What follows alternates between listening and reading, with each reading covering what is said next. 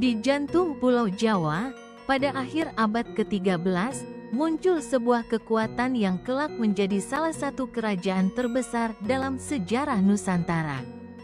Kerajaan itu bernama Majapahit.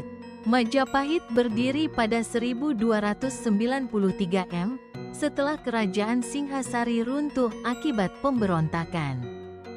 Dalam masa yang penuh intrik politik dan kekacauan, seorang bangsawan bernama Raden Wijaya berhasil mengumpulkan kekuatan, membangun aliansi, dan mendirikan sebuah kerajaan baru dengan pusat pemerintahan di Trowulan, Jawa Timur. Pada saat penobatannya, ia bergelar Kertarajasa Jayawardana. Awal berdirinya Majapahit bukanlah masa yang tenang. Konflik internal, ketidakstabilan pemerintahan, dan ancaman perebutan kekuasaan menjadi ujian pertama bagi kerajaan muda ini. Namun pondasi Majapahit tetap tegak, dan seiring berjalannya waktu, kerajaan ini tumbuh menjadi kekuatan besar. Puncak kejayaan Majapahit datang pada masa Raja Hayam Wuruk, yang memerintah dari tahun 1350 hingga 1389. Pada masa inilah Majapahit menjadi pusat politik, ekonomi, dan kebudayaan di kawasan Asia Tenggara.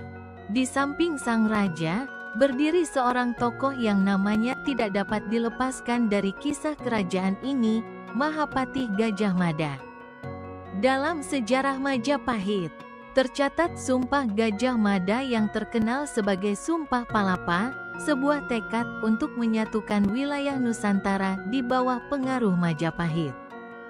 Dari Sumatera hingga Kalimantan, dari Sulawesi hingga Maluku, dan sampai ke Semenanjung Malaya, pengaruh Majapahit menyebar luas, membentuk jaringan kekuasaan dan perdagangan maritim yang sangat kuat.